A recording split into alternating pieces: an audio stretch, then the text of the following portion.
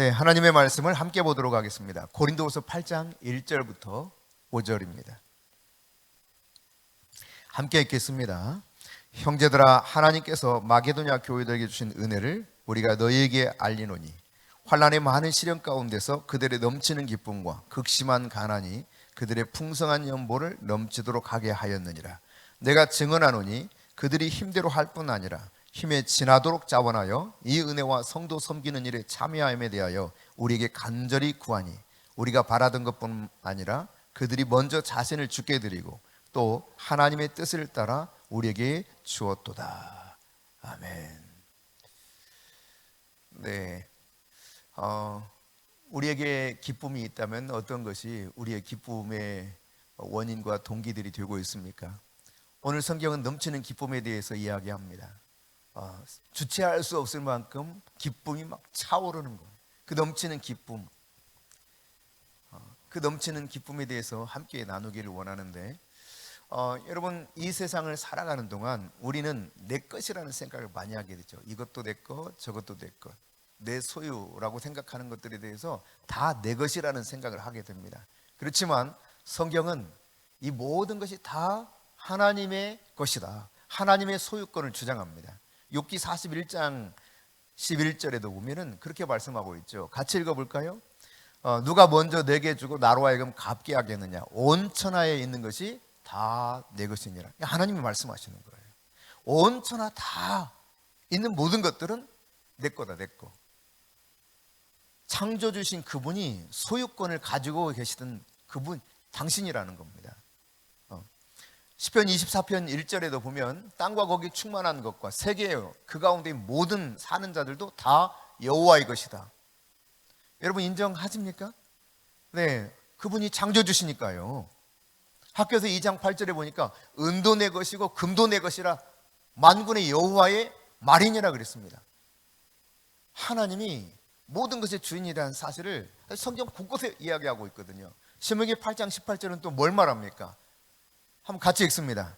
내 하나님 여호와를 기억하라. 그가 내게 재물 얻을 능력을 주셨습니다. 이같이 하심은 내 조상들에게 맹세하신 언약을 오늘과 같이 이루려 하심이니라. 바로 앞부분에 보면 자기가 노력해서 재물을 얻은 것처럼 생각된다는 표현을 하고 있어요. 그런 다음 주님 말씀하셨어요.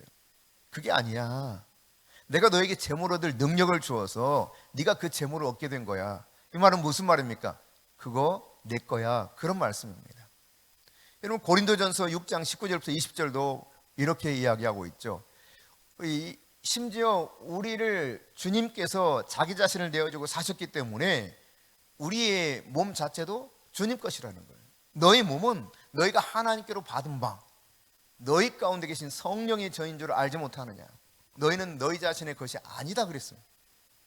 값으로 산 것이 되었기 때문에 하나님의 것이라는 거예요. 하나님. 그래서 우리의 몸을 통해서 하나님께 영광을 돌리라고 말씀하고 있습니다. 이처럼 하나님께서는 이 세상 살아가는 우리의 모든 삶의 주변에서 내가 소유하는 것이든 내 몸이든 그 어떤 것도 내 것은 단 하나도 없다. 다 주님 것이다 라고 주님 말씀하고 있어요. 여러분 인정되시죠? 네. 하나님이 우리의 인생의 소유주라는 이야기입니다. 하나님이 전적으로 다 소유권을 가지고 계셔요. 우리는 뭡니까? 그저 하나님께서 맡겨주셔서 관리하는 관리인이 청직이에요. 관리자예요. 관리인. 그러니까 맡겨진 재산에 대해서 어떻게 내가 이것을 잘 관리할 것인가 라고 하는 청직이 정신을 가지고 살아가야 될 존재가 저와 여러분이라는 이야기입니다. 청지기는요, 주인의 이익을 위해서 어떻게 하면 내가 주님이 맡겨준 이 재산을 잘 관리할 수 있을까? 이것을 위해서 살아가는 사람이 청직입니다. 나에게 맡겨준 것을 내가 관리인이니까 이걸 어떻게 잘 관리해서 주인이 이익이 되도록, 주인에게 득이 되도록 할 수 있을까? 그러니까 관리하는 재산에 대해서 만일 내게 권리가 있는 것처럼 생각한다면 이건 큰 오산이겠죠. 관리하도록 맡겼는데 주인인 것으로 착각을 하며 살아간다. 이건 엄청난 횡령과 이 말로 표현할 수 없는 문제가 많이 생길 수 있지 않겠습니까? 그러니까 청지기, 관리인은 주인의 뜻을 먼저 알아야 돼요. 주인이 뭘 원하실까? 나에게 이걸 맡겨주셨는데 나에게 요구하는 게 뭘까? 그분의 뜻대로 재산을 잘 관리하는 것이 청지기의 직분이죠. 청지기가 하는 일입니다. 어떤 한 미친 사람이요. 여기 오늘 그 집시 스미스가 감리교에 아주 부흥을 일으킨 한 주역 중에 한 명이라고 오늘 우리가 영상을 보았는데, 그 감리교의 창시자인 존 웨슬리에게 한 미친 사람이 와서 이렇게 이야기했습니다. 지금 당신 집이 다 불타고 있다고. 이 사실을 이야기한 거예요. 근데 이 이야기를 들었던 웨슬리가 잠시 망설여요. 뭐라고 대답할까? 그러더니 그 입에서 나오는 말 이렇습니다. 주님의 집이 불탔을 뿐입니다. 나는 그다지 신경 쓰이지 않습니다. 나에게 큰 영향을 미치지 못합니다. 주님의 집이 불탔을 뿐이라는 거예요. 아이고, 내 집 불탔네, 큰일이다 라고 생각할 수 있는 그런 상황인데, 그저 주님의 집이 불탔을 뿐이다. 여러분, D.L. 무디의 이야기를 아시는 분은 아마 기억하실 것입니다. 시카고 대화재가 있을 때 무디의 교회도 완전히 불이 타버렸습니다. 그때 D.L. 무디는 하나님께 감사하면서 기뻐했습니다. 하나님이 이 상황을 허락하신 것도 하나님이시고, 이보다 더 이제 크게 하나님께서 우리에게 필요하기 때문에 이런 일을 하셨으니 그저 감사할 뿐이다고, 그는 태연하게 오히려 그 상황에 대해서 감사했던 모습을 전기를 통해서도 우리 알 수 있게 되죠. 여러분, 하나님께서 모든 것의 주인이십니다. 네, 성경을 통해서 분명히 가르쳐 주시는 것, 우리가 그리고 깨닫는 것은, 우리는 단지 청지기라는, 청지기. 주인 같은 생각이 나한테 들어오면 문제인 거예요. 청지기인데, 관리자인데 내가 주인 같은 생각이 들어서 주인 행세를 하려고 한다. 굉장히 위험한 신호인 것입니다. 이해되십니까? 예, 관리자인데요, 내가 관리자로 딱 맡겼는데, 아니 관리인이 주인처럼 행세하면서 주인 노릇을 해. 주인인 것으로 착각하면서 살아가요. 굉장히 위험한 일이죠. 관리인은 단지 내가 어떻게 이것을 잘 관리할 것인가, 주인이 나한테 뭘 원하는 거지? 그 주인의 뜻을 깨닫고 주인의 뜻대로 잘 관리해서 이익을 남기면 되는 거예요. 할렐루야. 그게 성경에서 우리에게 말씀해 주시는 건데, 우리가 너무 자주 이 관리인, 청직이라는 사실을 깨닫지 못하고 잊어버리고 주인처럼 살아가려고 해요. 주인처럼. 내 인생의 주인이 나처럼, 나인 것처럼, 내가 가진 모든 것이 내 것인 것처럼. 아닙니다. 이것은 굉장히, 이런 생각을 든다면 우리가 굉장하게 지금 위험하다라고 하는 신호를 하나님이 나에게 보내는 것이다 생각하면 분명히 맞습니다. 위험 신호를 지각해야 되는데, 위험 신호를 지각하지 못하고 도리어 태연하게 당연히 내 거지, 이런 생각을 한단 말이죠. 자녀도 여러분 내 것입니까? 아닙니다. 주인이신 그분이 나에게 위탁해서 지금 맡기신 거예요. 내 자녀가 아닙니다. 하나님의 자녀입니다. 하나님의 자녀를 나에게 맡긴 겁니다. 물질이 내 것입니까? 물질 얻을, 재물 얻을 능력을 주셔서 일시적으로 나에게 맡기신 거예요. 왜? 그분의 뜻이 있기 때문에. 그분의 뜻대로 잘 관리하라고. 따라서 여러분, 우리가 항상 나에게 맡겨진 이 재물, 오늘은 이제 재물에 관한 이야기인데요, 연보에 관한 이야기인데, 지난주일 오후에 여러분과 함께 나눴던 말씀과 같이 우리가 내 삶에서 주어진 모든 것들이 내 것이 아니라고 하는 사실이 너무 분명한 가운데 살아가고 있죠.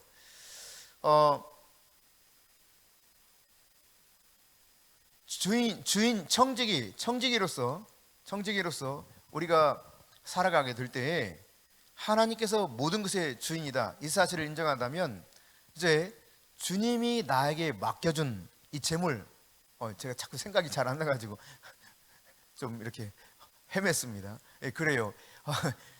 천국과 지옥 중요하죠. 천국이 얼마나 중요합니까? 우리가 궁극적으로 예수 믿고 천국 가는 것이 궁극적인 목적 가운데 하나 아니겠습니까? 물론 이것 자체만이 목적은 아니지만 분명한 것은 천국 가는 거 굉장히 중요합니다. 지옥이 있다는 건 너무너무 중요한 성경의 주제입니다. 그러나 천국과 지옥에 대한 이 중요성보다 더 큰 비중을 가지고 예수님이 말씀을 선포하고 증거하는 것은 물질에 관한 거예요. 그래서 지난 시간에 말씀드렸던 것처럼 이 물질에 관한 메시지가 압도적으로 많습니다. 이 말은 이 땅을 살아가면서 성도가 믿음으로 사는 것이 이 물질과 연관되어서 뗄래야 뗄 수 없는 관계 속에 살아가고 있다는 것을 이야기해 주는 것이라고 여러분께 말씀드린 바 있죠. 그렇습니다, 여러분. 그런데 여러분, 이렇게 우리와 하나님의 나라, 뗄래야 뗄 수 없는 그 관계 속에 있는 이 물질이 내 것이 아니라 청지기로서 하나님이 나에게 맡겨줬다라고 하는 것을 생각해 볼 때 관리자인 우리는 주인이신 하나님의 뜻에 따라서 나에게 맡겨준 것을 어디다 투자해야 최고로 좋은 투자지? 이걸 생각해야 되겠죠. 동의되십니까? 그럼 하나님의 물질을 우리에게 맡겨주셨어요. 맡겨주셨으면 우리는 너는 이것을 장사하여 이익을 남기라. 이것이 달란트를 주고 주님께서 요구한 것이잖아요. 따라서 우리에게 주신 이 물질을 어떻게 하면 잘 투자해서 하나님이 원하시는 방향으로 투자해서 하나님이 원하시는 그 기뻐하시는 이익을 남길까? 관리자인 청지기로서 당연히 그렇게 생각해야 된다는 이야기입니다. 여러분, 로마서 14장 10절과 12절을 함께 보겠습니다. 같이 읽습니다. 내가 어찌하여 내 형제를 비판하느냐? 어찌하여 내 형제를 업신여기느냐? 우리가 다 하나님의 심판대 앞에 서리라. 이러므로 각 사람이 자기 일을 하나님께 직고하리라. 우리는 언젠가 하나님 앞에 심판대 앞에 서게 됩니다. 내가 각 사람이 행한 대로 그 행한 모든 일에 따라서 심판받는 때가 온다는 이야기입니다. 하나님이 맡기신 것이 있어요. 이 맡기신 것에 대해서 너 어떻게 했니? 묻는 때가 온다는 이야기죠. 그것이 달란트 비유에서 나오는 핵심적인 요소 아닙니까? 돌아와서 주인이 말하고 있죠. 그거 가져와 봐라. 너 어떻게 장사했니? 너 어떻게 이익을 남겼니? 물어요. 이게 하나님 앞에 우리 모두가 다 각각 그렇게 심판대 앞에서 직고하는 때가 오는 것이 바로 성경에서 말씀하고 있는 우리가 장차 가야 될 곳에서 이루어질 모습이라는 거죠. 그런 측면에서 이제 생각해 본다면 우리가 청지기로서 내게 주신 물질을 어떻게 잘 관리할 것인가 매우 중요한 요소가 될 것입니다. 어떤 사업하시는 분이 한 분이 계시는데요. 그분은 꽤 많은 소득을 벌이시는 분입니다. 근데 이분이 1년 수입의 절반을 헌금한다고 하더라고요. 1년 수입의 절반. 상당히 많은 돈입니다. 근데 이분에게 그렇게 많이 드리면 좀 아깝지 않냐고 누군가 질문할 때 이분은 드릴 수 있어서 너무 기쁘다고 그래요. 내가 드릴 수 있어서 너무 기쁘다. 기쁠 뿐이다. 너무너무 기쁘다. 또 이렇게 섬기는 것이 하나님께서 나에게 주신 사명을 알기 때문에 더 기쁘다. 또 나에게 주신 것을 내가 이렇게 주님께 드림으로 말미암아 다른 사람들에게 영향을 끼쳐서 예수 그리스도를 영화롭게 한다는 사실을 생각하면 너무 기쁘다는 거죠. 복음이 전파되고 이로 인한 제자를 세워가는 일에 쓰임을 받고 가난한 사람들을 돕는 일에 참여하고 얼마나 즐겁고 기쁜 일이냐. 나는 정말 기쁘고 만족스럽다. 너무너무 드릴 때마다 신이 난다. 그런 이야기를 하더라는 거죠. 여러분, 성경의 말씀을 근거로 해서 살펴보면 많이 하나님께 드릴수록 기쁨은 더 커집니다. 드리면 드릴수록 놀랍게도 샘솟는 기쁨이 생깁니다. 근데 내게만 기쁜 게 아니에요. 내가 드리면 드릴수록 기쁨도 더 커질 뿐만 아니라 성경은 뭘 말하고 있는가? 고린도서 9장 7절에 보니까 하나님을 기쁘시게 하는 것이 된다는 거예요. 나도 기쁘지만 하나님을 기쁘시게 하는 것, 하나님을 즐겁게 하는 것이 바로 하나님 앞에 많이 드리는, 즐겁게 드리는 헌금이라고 말씀하고 있어요.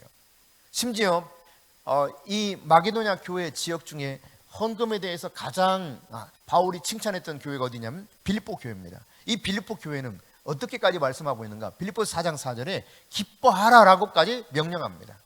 그러니까 어떠한 상황이 있든지 기뻐하라는 거예요. 즐겁게 하나님 앞에 드리면 드릴수록 나에게 기쁨이 차고 넘쳐요. 그리고 그것이 또 하나님의 기쁨이 되고 기뻐하면서 그렇게 나아가라고 명령하고 있는 것이 성경입니다. 여러분, 우리가 만일 하나님께 드리지 않잖아요. 드리지 않으면 하나님이 우리에게 가르쳐 주신 이 진리를 우리가 무시하는 것이고, 하나님이 나에게 주신 기쁨의 원천을 내가 포기해 버리는 거예요. 나에게 주실 그 기쁨을 내가 스스로 잃어버리는 것입니다. 사람들은 드려야 되는 상황이 어떤 상황인지를 많이 고민하게 되죠. 이제 막 신앙생활 하는 사람들 가운데 가슴이 뜨거워져서 어떤 경우에서는 지금 일반적인 헌금보다 훨씬 많은 획수의 헌금을 하려고 하는 사람들이 종종 있습니다. 많지는 않죠. 드물죠. 종종 있다 그러니까 많이 있는 것처럼 아주 드물게 있긴 있습니다. 이런 경우들이. 그래서 막 예수를 믿었어도 뜨거운 마음에 그렇게 헌금을 해요. 근데 여러분, 그 모습을 지켜봤다고 가정해 봅시다. 근데 오랫동안 신앙생활했던 사람이 그 이야기를 딱 들어. 내가 너무 뜨거운 가슴이 뜨거워서 못 견디겠어요. 내가 이렇게 헌금하려고요. 이런 이야기를 들었다 쳐봅시다. 그러면 옆 사람이 말리는 거야. 그러지 마. 여러분, 말린다고 가정해 보세요. 그럼 여러분, 말리고 싶을 때 그 마음을 삼가야 돼요. 이거 조심해야 됩니다. 왜냐하면 성령께서 그 마음속에 그런 감동을 주셨는데 성령을 소멸하게 하는 일이 되어버릴 수 있어요. 내가 그 사람 안에서 일하고 계시는 성령님을 방해할 수 있다는 이야기입니다. 하나님께서는 그 사람이 그렇게 드림으로 인해서 우리가 살펴보는 것처럼 드리는 기쁨이 막 차고 넘쳐요. 현재 드리는 기쁨이 얼마나 큰지 몰라. 뿐만 아니라 미래에 하나님이 허락해 주실 상급을 내가 빼앗아 버리는 결과를 만드는 거예요. 그러니까 드리는 기쁨도 빼앗아 버리고 미래에 받을 상급도 그 사람에게서 빼앗아 버리는 것이 바로 그런 일인 것입니다. 저는 아프리카 탄자니아에 가서 헌금하는 사람들을 보면서 참 정말 감동받았어요. 왜냐하면 말씀드린 바 있지만 그들은 보통 하루에 한 끼를 먹습니다. 하루에 한 끼. 그리고 또 이 채소, 그냥 한 가지 종류 채소에다가 옥수수 비슷한 걸 이렇게 갈아가지고 죽을 써요. 그 죽도 많이도 안 써. 이 오만한 그릇에 하나 써가지고 식구들이 다 먹어, 그걸로요. 그 쓰는 장면을 지켜봤거든요. 근데 이게 지켜보니까 이거 저 다른 나라에서 온 손님이라고 처음 보는 사람이죠. 근데 떠가지고 주는 거야, 먹으라고. 자기 먹기도 지금 너무 적은 거잖아요. 근데 즐거이 또 대접까지 해요. 그 맛을 봤죠. 정말 맛이 없죠. 근데 그거 한 끼 먹고 사는 거예요. 경우에 따라서는 이틀에 한 끼를 먹습니다. 그런데 그들이 예배 드리러 나올 때 얼마나 기가 막힌지 모릅니다. 아주 교회가 없어서 나무 그늘에서 예배를 드려도요, 저 멀리서부터 이렇게 와요. 오는데 그냥 오는 게 아닙니다. 주님을 막 찬송하면서 와요. 가장 좋은 옷으로 갈아입고 막 한꺼번에 같이 막 찬송을 계속 하면서 옵니다. 춤을 추면서 찬송을 해요. 거기 예배 장소에 오는 그 시간까지. 그리고 헌금하는 시간이 되면 일찍 일어납니다. 일어나가지고 우리처럼 그냥 얌전하게 이렇게 앉아서 헌금하는 그런 게 아니에요. 다 일어나서 막 춤을 추면서 찬송을 해. 또 막 춤을 추면서 찬송하면서 와가지고 앞에 와서 헌금을 해요. 그리고 춤을 추면서 들어갑니다. 바로 앉지도 않아요. 계속 찬송하면서 춤을 추고. 좋아가지고 헌금 드리는 기쁨이 있는 거예요. 그걸 보면 진짜 너무너무 이 사람들이 성경적이다. 참 진짜 성경적이다. 그렇게 극심한 가난 가운데서 드리는 기쁨을 감출 수 없어요. 다 막 즐겁게 와서 헌금을 해요. 이거 한 끼 먹는 사람은 저렇게 즐겁게 헌금을 할 수 있을까? 뭐 얼마인지는 모르죠. 작은 액수겠죠. 그렇지만 여러분 생각해 보세요. 그거 안 드리면 내가 조금 더 먹을 수 있잖아. 두 끼 먹을 수 있지 않겠어요? 아프면 좀 이렇게 뭣도 약도 좀 사 먹고요. 아파도 병원도 안 간대. 웬만큼 아파서는요. 그래도 그렇겠죠. 왜? 여러분, 이렇게 드리고자 하는 사람을, 아니 당신 그렇게 아니 세상에 한 끼 먹고 배고픈데 아유 그냥 이거 헌금하지 마시고 가서 좀 맛있는 거 좀 사드세요 라고 여러분이 한다고 가정 보세요. 드리는 기쁨을 빼앗아 버리는 것이요, 하나님께 받을 미래의 상급을 착취하는 것과 다를 바가 없는 것입니다. 그러면 여러분이 이런 마음과 생각이 든다면 조심해야 돼요. 오히려 그냥 그들을 통해서 배워야 되는 것입니다. 아 그래, 저렇게 순수한 마음이 나에게 있어야 되는데, 이거 배워야 되는 거예요. 아멘. 고린도후서 8장 2절 오늘 본문 다시 보십시다. 같이 읽습니다. 환난의 많은 시련 가운데서 그들의 넘치는 기쁨과 극심한 가난이 그들의 풍성한 연보를 넘치도록 하게 하였느니라. 아멘. 여기 보니까 마게도니아인의 그리스도인들이 지금 어떤 상태 속에 있다는 것입니까? 이 2절에만 어떤 표현을 쓰냐면 환난의 많은 시련, 극심한 가난. 보통 시련이 많은 게 아니에요. 그것도 환난이라는 단어까지 동원해서 썼습니다. 환난의 많은 시련. 수식해주는 부사까지 넣었어요. 환난의 많은 시련 플러스 극심한 가난. 그런데 대조적으로 어떻게 나오느냐? 넘치는 기쁨, 풍성한 연보. 너무 이게 대조적인 거예요. 이 헌금의 기쁨을 제대로 이해한 마게도냐 성도들이었던 것입니다. 여러분, 헌금은 이렇게 생각할 수 있습니다. 많은 사람이 부자들이나 하는 사치스러운 행위처럼, 물론 그렇게까지 극단적으로 생각하지 않을지 모르지만 내가 좀 여유가 있어야 헌금을 하지. 아닙니다, 여러분. 헌금이라고 하는 것은 극심한 가난 가운데서 하나님께 드릴 수 있는 특권 중에 특권이에요. 이게 마게도냐 교회를 통해서 우리에게 가르쳐주고 있는 것이죠. 오히려 가난한 자가 헌금함으로 있어서 헌금하는데 내가 얼마나 큰 기쁨이 있는가를 깨닫게 되는 것입니다. 헌금하면 할수록 큰 기쁨을 얻는 이 놀라운 비결을 깨달았던 마게도냐 그리스도인들은 환난의 많은 시련이 그들 속에 여전히 있습니다. 그 가운데 있어요, 지금도. 게다가 극심한 가난도 덮쳐서 정말 이 상황이 얼마나 어려운지 모릅니다. 그럼에도 불구하고 너무 넘치는 기쁨 속에서 풍성하게 하나님께 연보를 드리더라. 할렐루야.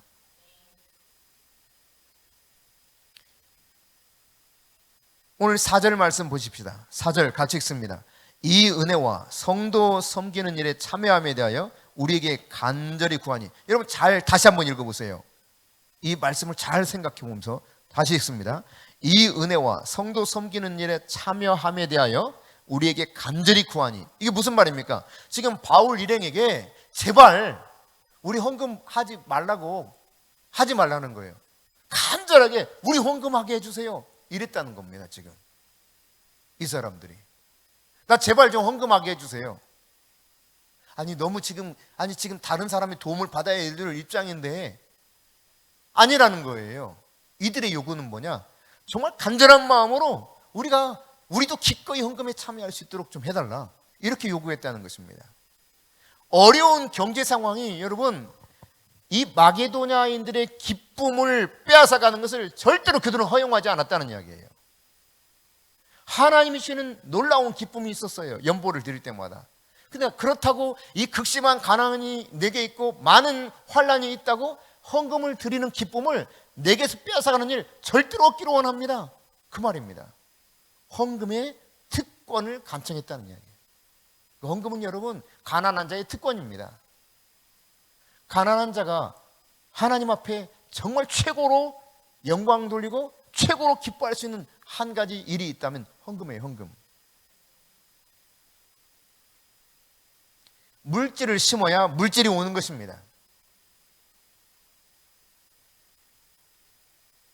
오늘 하나님이 말씀하고 있어요. 이렇게 어려운 상황인데 이들이 하나님께 드리는 특권을 절대 놓치지 않기 원했다는 이야기입니다.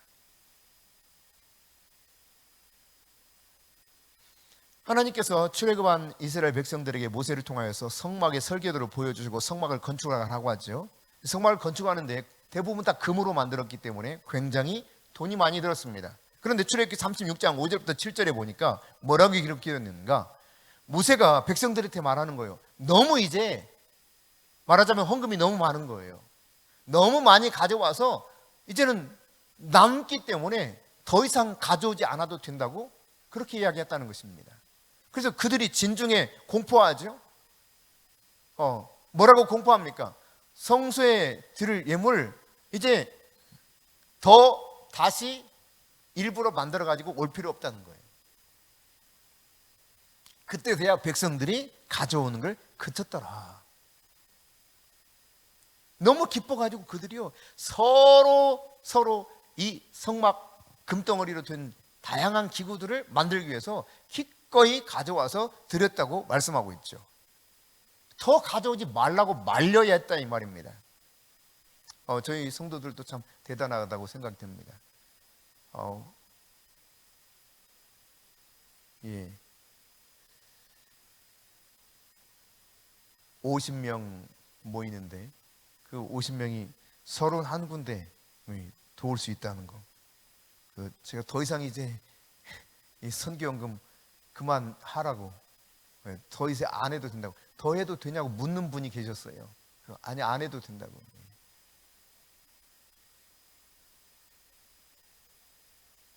여러분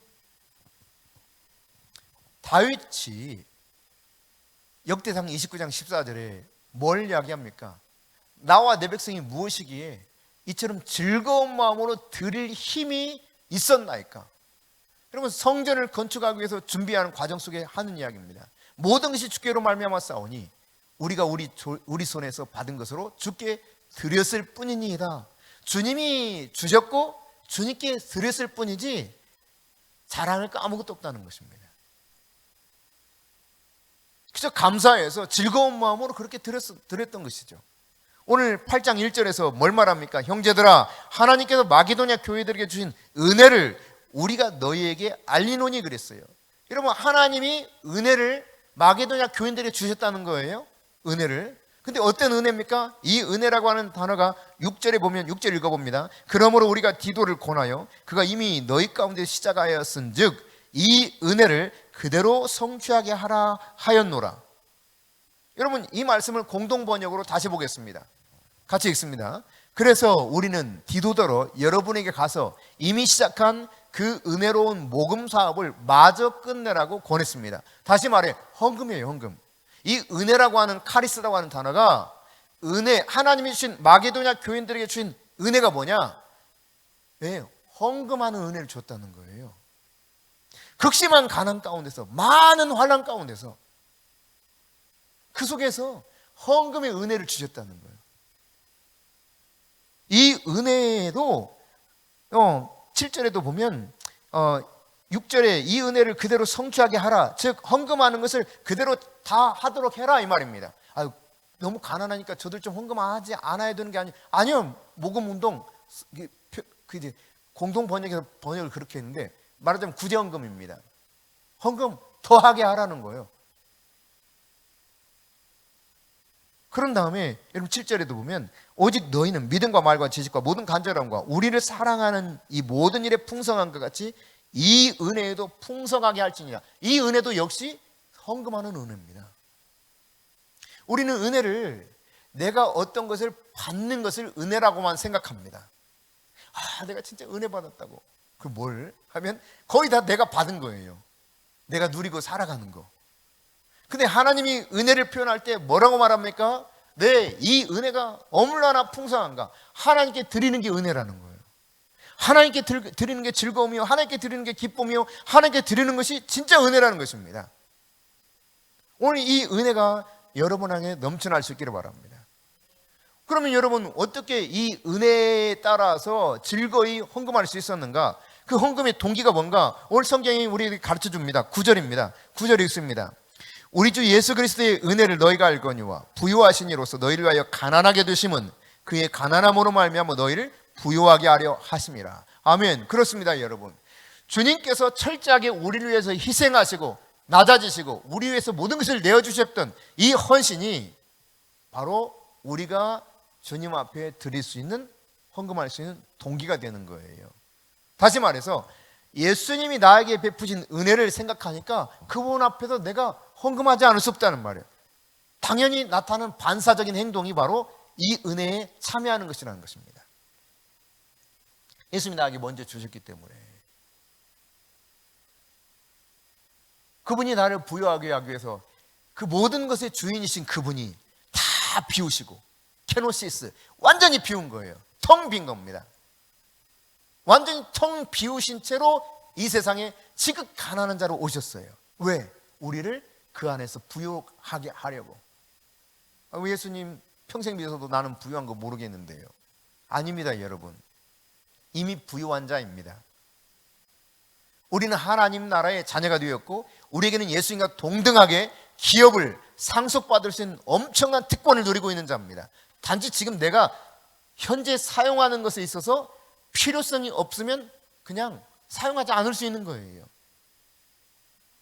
내가 누릴 영원한 기업 얼마나 풍성한가를 이걸 알아야 돼요. 그래서 에베소 교회에 보면은 우리에게 주신 그 기업의 풍성함이 어떠한가 알기를 원한다고 기도하고 있잖아요. 그렇습니다, 여러분. 하나님이 나에게 베푸신 이 넘청난 은혜가 있기 때문에 내가 그 은혜에 반사적으로 반응하는 거예요. 그게 바로 여기서 지금 말하고 있는 은혜, 즉 헌금이라는 이야기입니다. 사실 저는 헌금에 관한 설교를요, 헌금에 대해서 바르게 깨닫기 전까지는 정말 한 번도 제대로 해본 적이 없습니다. 성도들이 부담스러울까 봐. 헌금에 대해서 제대로 깨닫기 전까지는 못했어요. 아유, 왜 이렇게 헌금 설교를 하면 속으로 부교육자 때 목사님이 헌금 설교를 하게 되면은 참 성도들 얼마나 살기 힘든데 저렇게 헌금 설교를 이렇게 부담스럽게 하시냐 이렇게 생각하고 들었던 저였습니다. 그런데 헌금이 얼마나 중요한가 깨닫고 헌금의 이야기가 얼마나 성도들에게 복된 이야기인가를 깨닫고 난 다음에는 이 헌금에 대해서 사실 부담을 갖지 않습니다. 사실 요즘 좀 눈치를 보는 편이죠. 예전에 비하면. 전에는 제가 예를 들어 이렇게 이야기했습니다. 성도들한테 제가 지금 100만 원이 필요한데 100만 원 헌금하실 분 없으세요? 내가 필요한 게 아니에요. 주님을 위해서. 묻지도 따지지도 않아. 뭔데요, 목사님? 안 물어요. 그냥 제가 지금 꼭 필요한 데가 있어서 그러는데 100만 원 헌금하실 분 있으시면 이따 저한테 찾아오세요. 그럼 찾아왔어요. 서로 손을 들고 그냥 찾아오기도 하고. 근데 지금은 제가 그렇게 하면은 오해를 받을까 봐 사실 안 합니다. 그렇지만 그게 사실은 뭐 얼마든지 할 수 있는 이야기죠. 제가 많이 돈이 필요합니다. 주님이 막 일을 시키니까.